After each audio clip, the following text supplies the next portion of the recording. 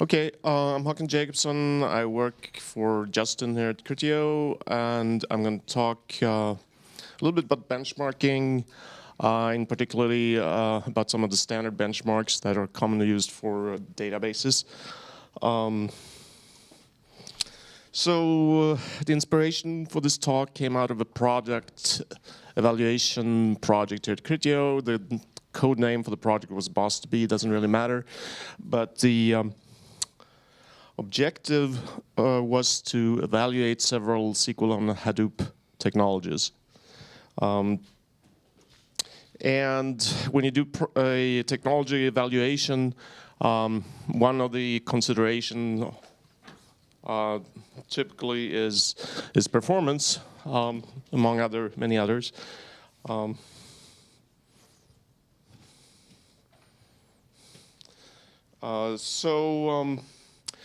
When you have performance, you need some form of benchmark, and you have the non-exclusive options, of course, to do your own benchmark, or you can use some of the standard benchmarks. And for databases, those tend to be those created by the Transaction Processing Council (TPC).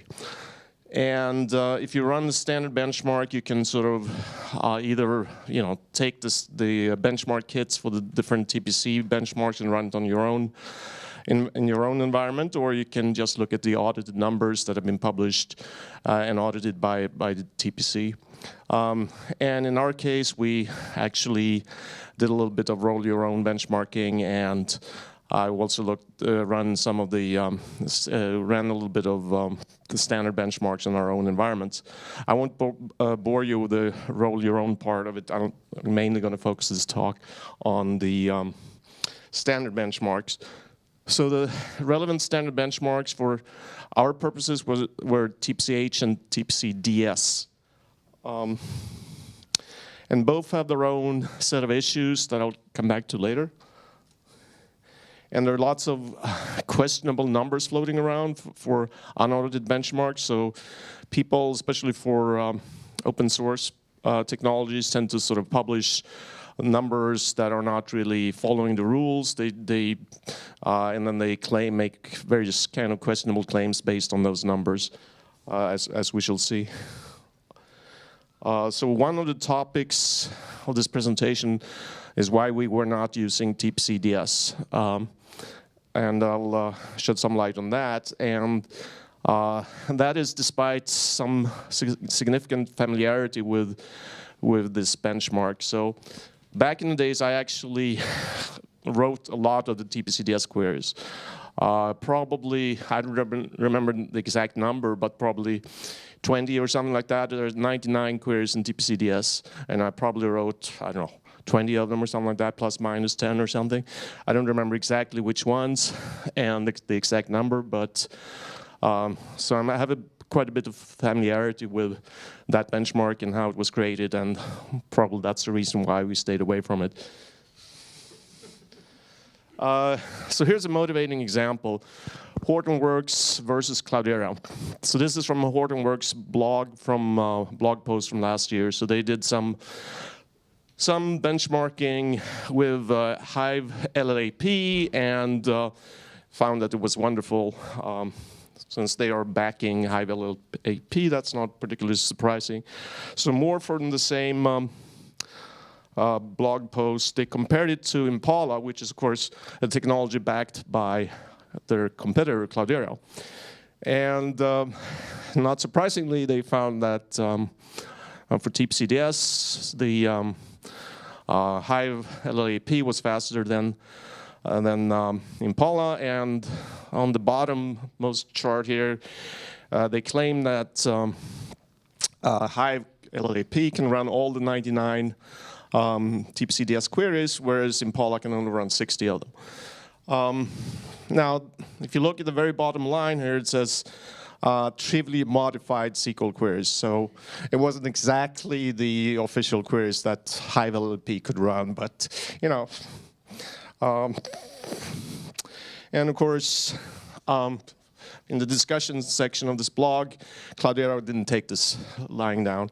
So Greg Ron, who's the product manager in charge of Impala at Cloudera, objected, so long discussion, and like why didn't? So he claimed that there were approved variants of the queries that Cloudera can run, and they were not included, and the Hive, Hortonworks didn't run the right queries. They modified the SQL, so they didn't really pass the benchmark and run all the queries, all the 99 queries and so on. So a lot of bickering went on. And that kind of underscores, the thing what happens when you benchmark your competitors' products. It's not a healthy practice at all. It results in this kind of bickering, and did you do the good job or not? Often we've seen that with TPCS, and a lot of these open source SQL and Hadoop products have not been able to run all the 99 queries. So people have cherry-picked a certain subset of the queries they can run, and they compare it to competitors and so on. It's not really a very scientific practice. But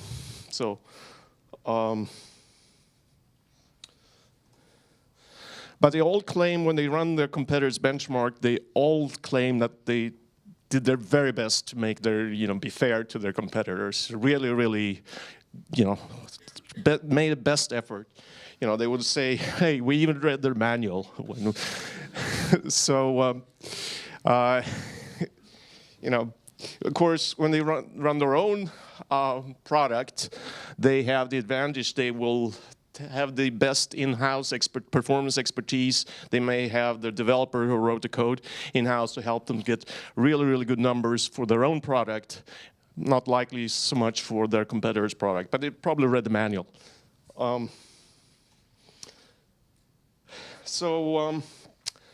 Running competitors' benchmarks for competitors' product has been kind of common for open source in the open source world because they don't have a DeWitt clause. And I'll go back to the DeWitt clause, what that is later.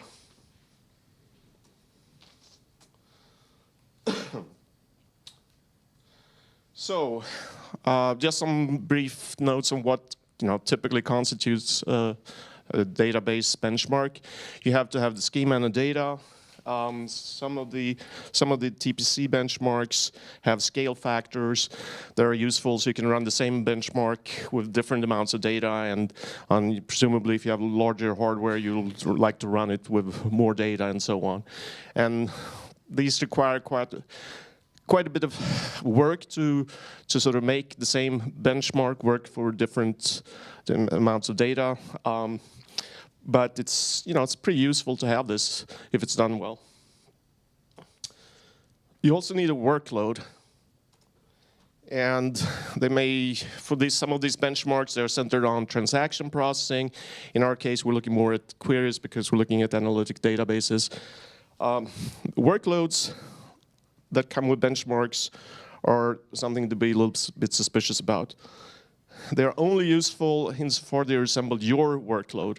If the workload that comes with benchmark is not nearly, what you need for your own purposes, then it's kind of useless.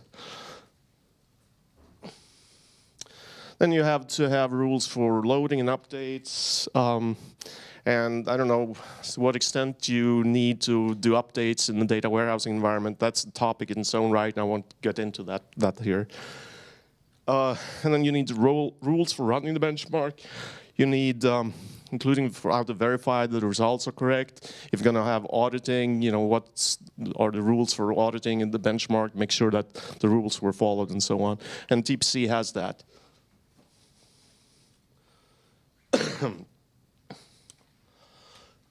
So in the relational database world, one of the early benchmark, one very influential one was the Wisconsin benchmark, came out in the early 1980s when relational databases were becoming sort of growing importance. And there were a lot of vendors, and so the group of people in academia decided to create a benchmark at the University of Wisconsin. And one of the most prominent guys who was a young professor there, Dave DeWitt. And this benchmark, gained quite a bit of attention, and it was sort of part of the beginning of the benchmark wars of the 1980s. So Dave DeWitt, in a later paper about looking back to the Wisconsin benchmark, noted that it had some queries and so on, and some of the immature, most relational database products at that time were pretty mature, but if they didn't have a good optimizer, they would kind of perform pretty poorly. And this is a later comment. So he said, "We did not escape these wars completely unscarred. In particularly, the CEO of one of the companies that they benchmarked repeatedly contacted the chairman of the Wisconsin Computer Science Department complaining that we had not represented this product fairly." And that sort of is fairly euphemistic description. He gave a more exact description of what happened when they published their numbers in an interview. Essentially, Larry Ellison called the department chair and demanded that Dave DeWitt be fired from the department. That didn't happen. They don't fire professors in academia just because Larry Ellison doesn't like the results.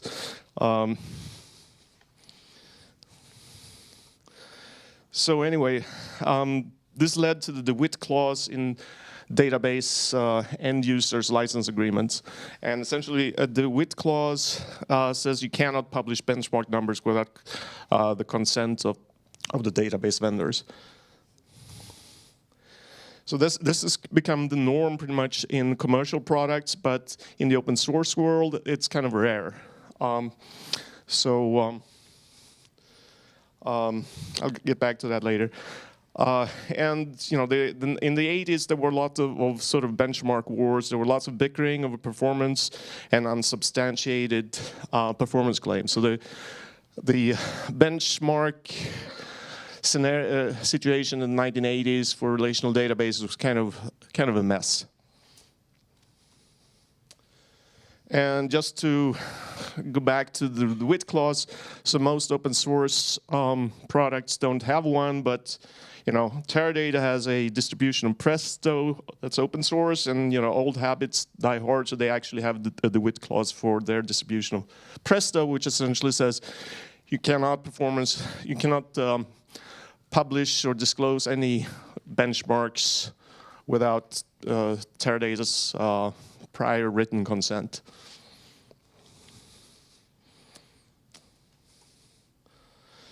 So given the kind of messy situation of the benchmark in the 1980s, there was this effort to fix it, and that was TPC, which stands for the Transaction Processing Council. And it came about in the late 1980s as a standards body to supervise the testing and publishing of benchmarks for databases. And it was an industry consortium that had both hardware and software companies as members. And that's kind of an important point because it has had an impact of how these database benchmarks were shaped. And the idea was that instead of having vendors making up some unsubstantiated claims or running their components benchmarks, vendors would run their own benchmarks so they could really make a best effort of doing their best, using all the expertise they would have in-house to generate good numbers. But it would be under the supervision of a TPC-approved auditor who would make sure that the results were correct and that the rules of the benchmarks were followed. And then presumably if that happened, the auditor would sign off on the benchmark, and then the company could publish the results as an officially audited TPC benchmark. So the first benchmarks were kind of transaction-oriented, TPC A, B, and C. And even early on, there were sort of debate about benchmark specials, the vendors putting in features that weren't really practically useful, that were intended just to get good numbers on a specific benchmark. There was like discrete transactions for TPC A and B, for example. It led to quite a bit of a debate. And then in the mid-1990s, the first decision support benchmark came around. That was TPC-D.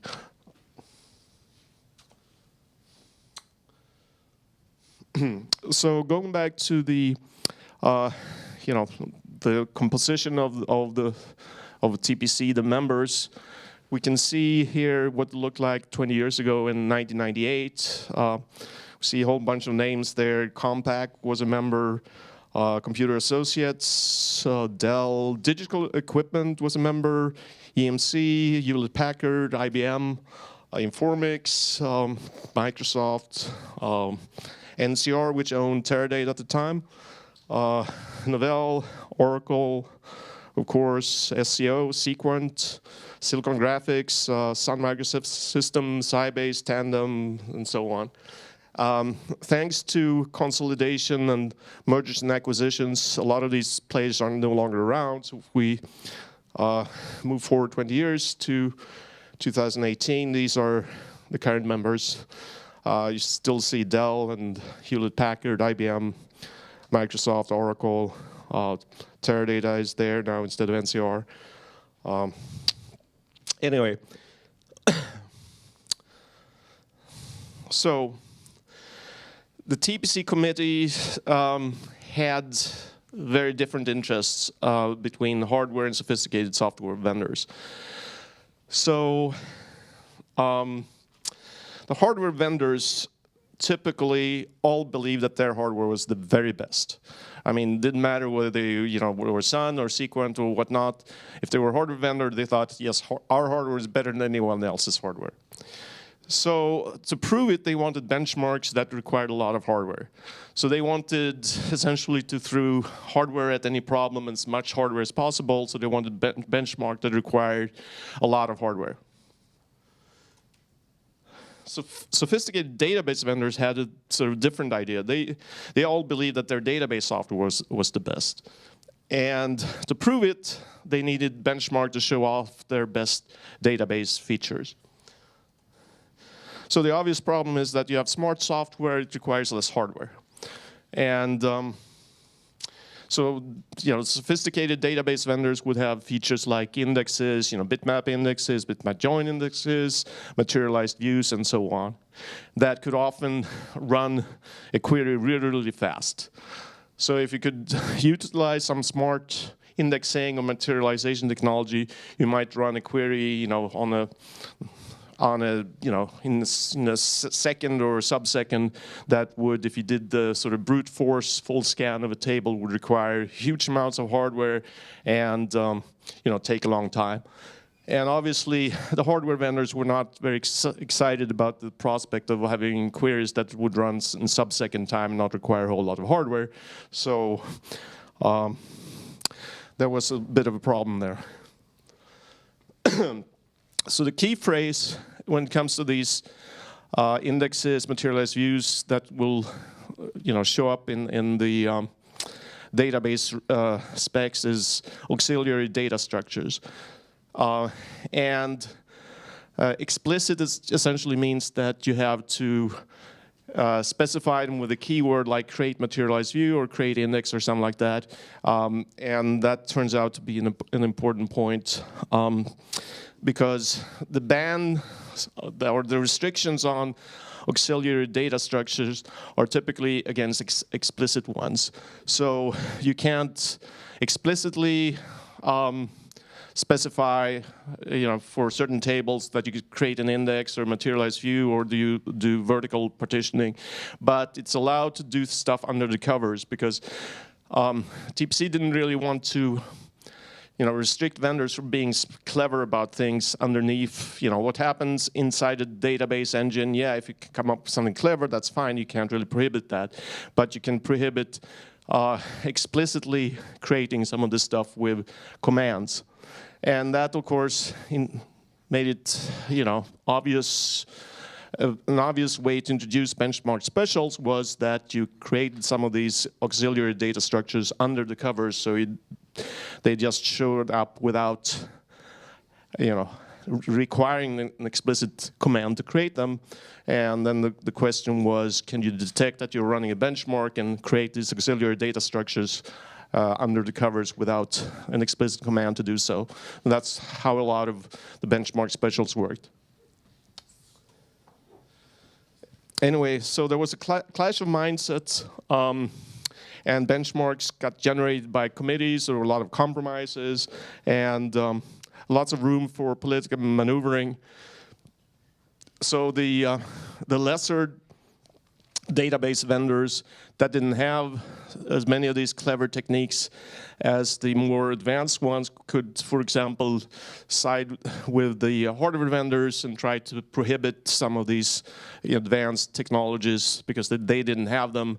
So why let the more advanced vendors get away with allowing them in the benchmarks?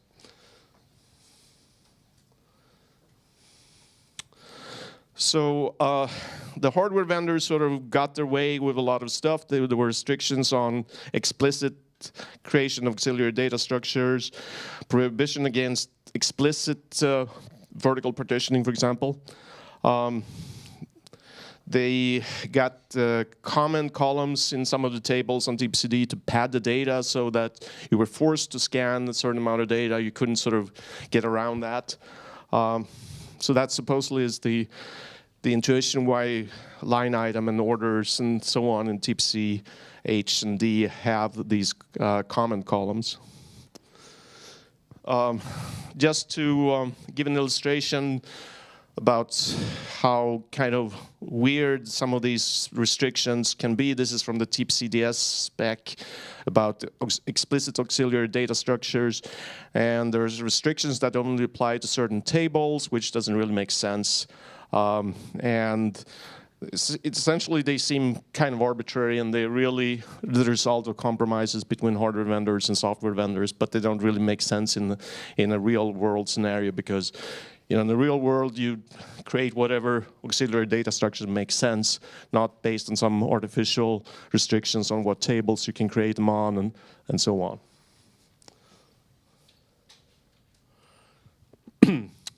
So going back to TPCD, that was the precursor of TPCH. It was a relatively small number. Eventually, with TPCH, it grew to 22 queries.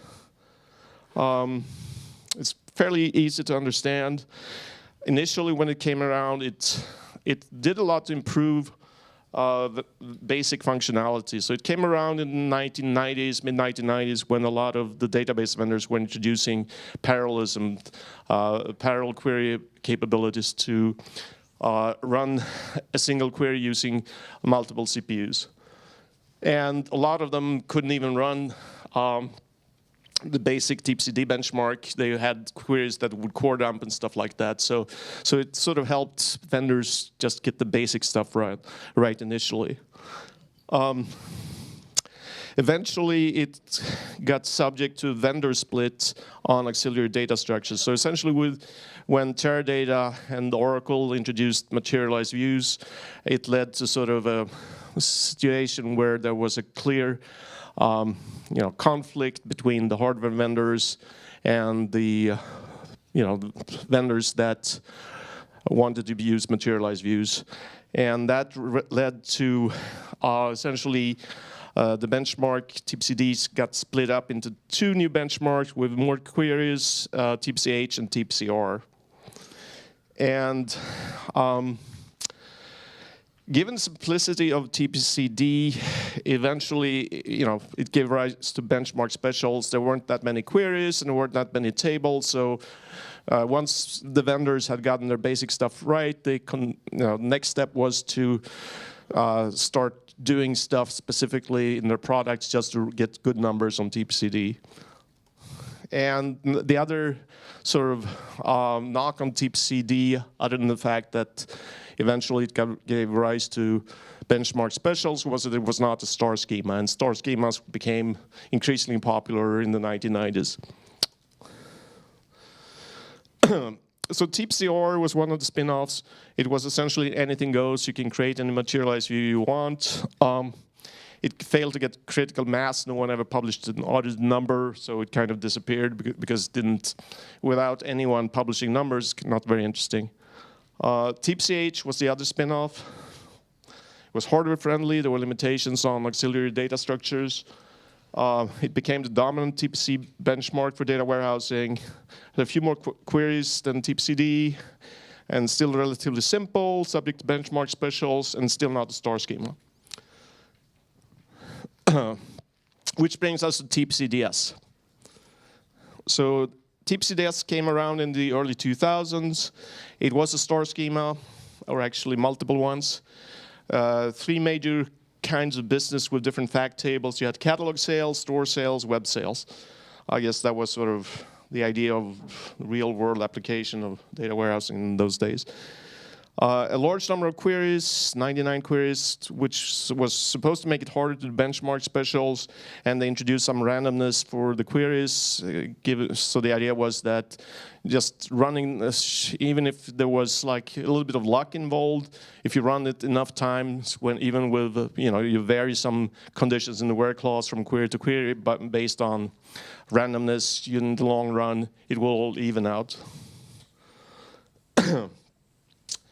So it's often regarded as a better benchmark than TPCH due to its complexity, but in reality, the complexity turned out to be a liability. So how did the workload, and this is really the most suspect part about TPCDS, how did it come around?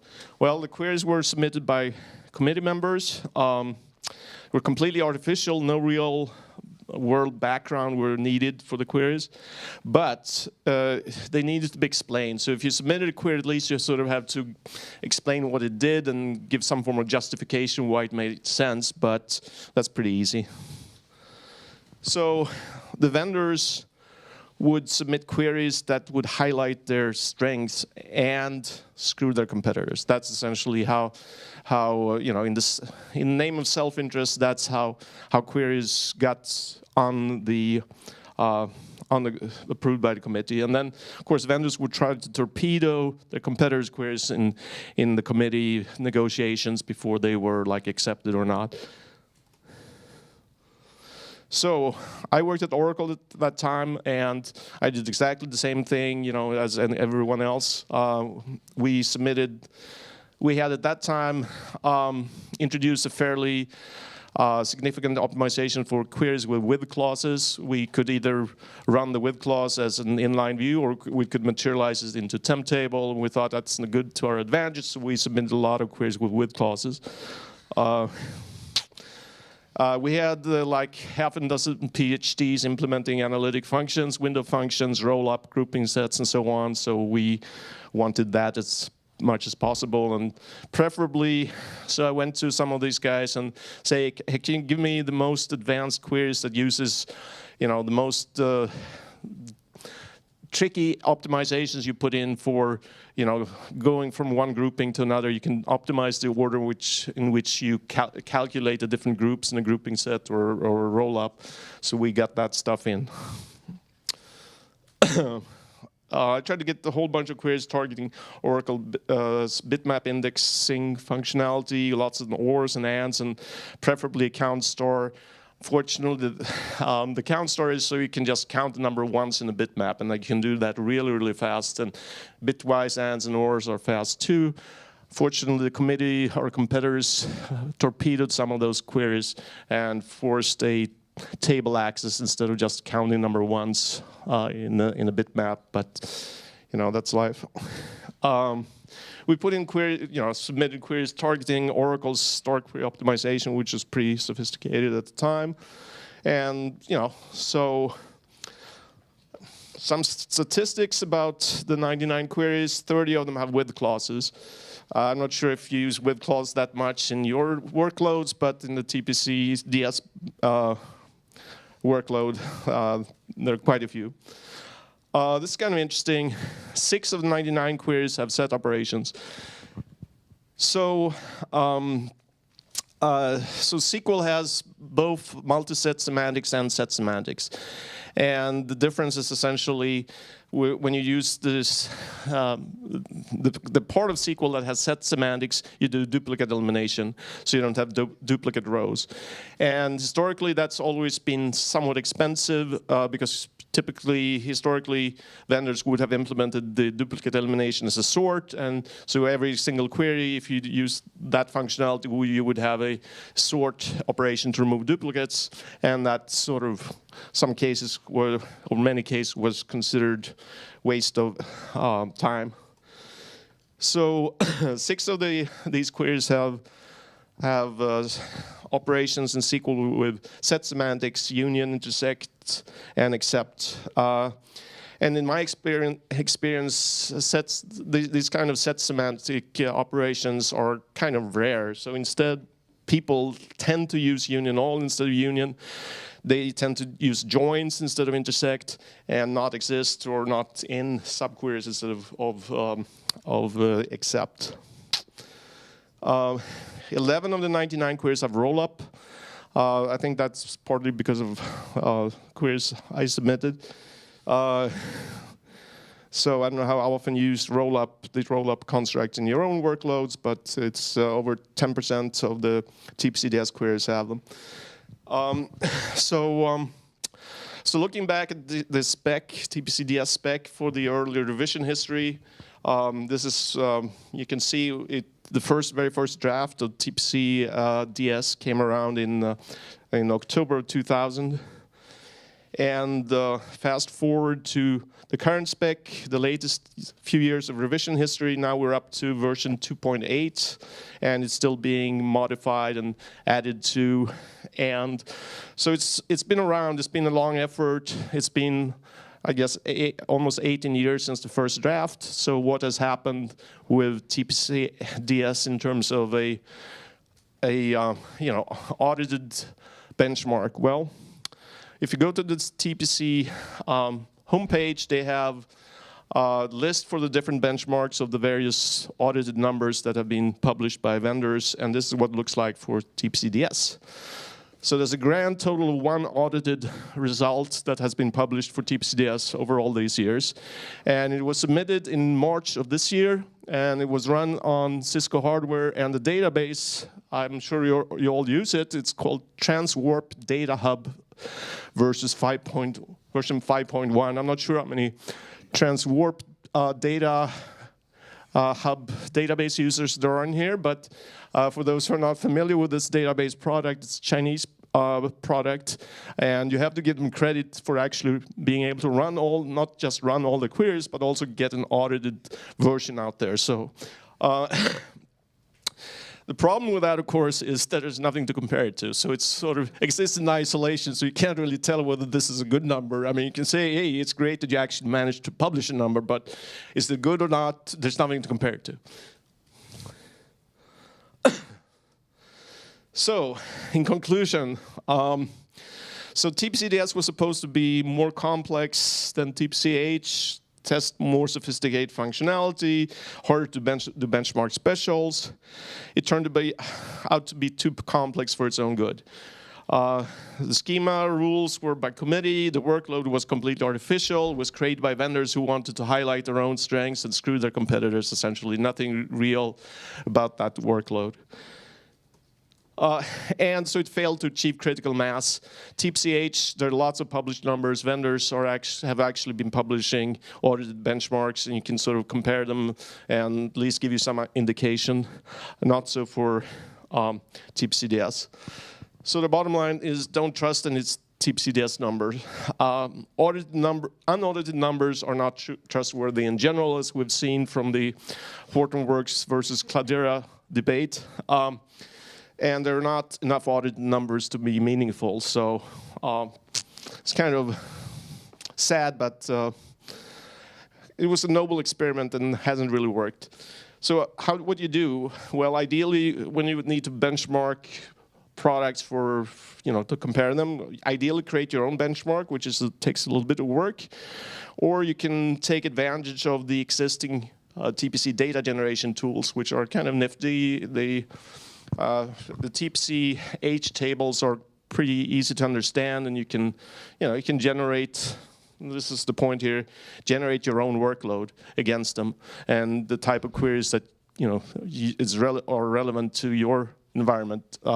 Don't trust the official workloads that come with these benchmarks, because they may not really be meaningful. Anyway, that was it. Any questions?